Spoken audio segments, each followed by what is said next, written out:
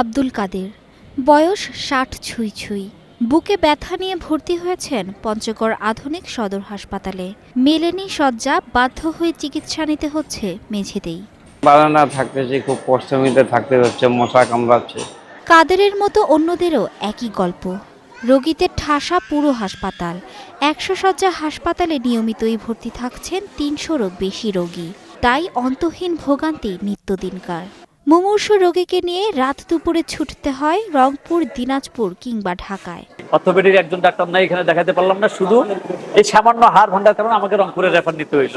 এখানে কোনো রকম ডাক্তার নাই, যদি ডাক্তার থাকলে এফার্ট দিয়ে দিচ্ছে মনে করেন দিনাজপুরে, এখানে ওরকম ডাক্তার থাকলে এফার্ট নিয়ে যেতে হতো না। তবে ১০০ শয্যার হাসপাতালটি ২৫০ শয্যায় উন্নীত করতে ৫৭,৩৮,০০,০০০ টাকা বরাদ্দে দেখা দেয় আশার আলো। ৯ মাস আগে শেষ হয় নতুন ভবনের নির্মাণ কাজও। তবে জনবল সংকটের অজুহাতে মিলছে না সেবা। এই যে ময়লা আবর্জনা, মনে হয় যে নোংরা, এই যে নিচে পড়ে থাকি, এটা তো কোনো হসপিটালের নিয়ম আসে না। রোগী আসে সুস্থ হওয়ার জন্য, সে জায়গায় দেখা যাচ্ছে রোগী আরো অসুস্থ হয়ে চলে যাচ্ছে। এমনও রোগী আমাদের যে একটু বাথরুমে যাব, আরেকটা রোগী খিচে পার হয়।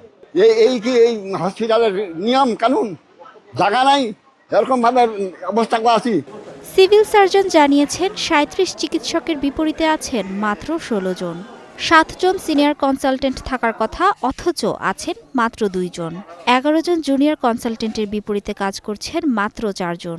চাপ সামলাতে রোগী দেখছেন ফার্মাসিস্টরাও।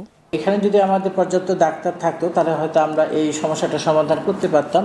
এবং নতুন ভবন চালুর ব্যাপারে আসলে আমরা খুবই আন্তরিক, কিন্তু জনবলের অভাবেই আসলে নতুন ভবনটা আমরা চালু করতে পারছি না। যদি নতুন ভবনটা আমরা চালু করতে পারি তাহলে আমাদের এই যে হাসপাতালে যে রোগীরা কষ্ট করে বারান্দায় শুয়ে আছে বা এই সমস্যাটা মনে হয় আমরা সমাধান করতে পারবো। জেলা শহরের প্রাণকেন্দ্রে স্থাপিত এই হাসপাতালে প্রতিদিন বহির্বিভাগে সেবা নেন ১,০০০ থেকে ১,২০০ রোগী। Mithila Anjum, star news.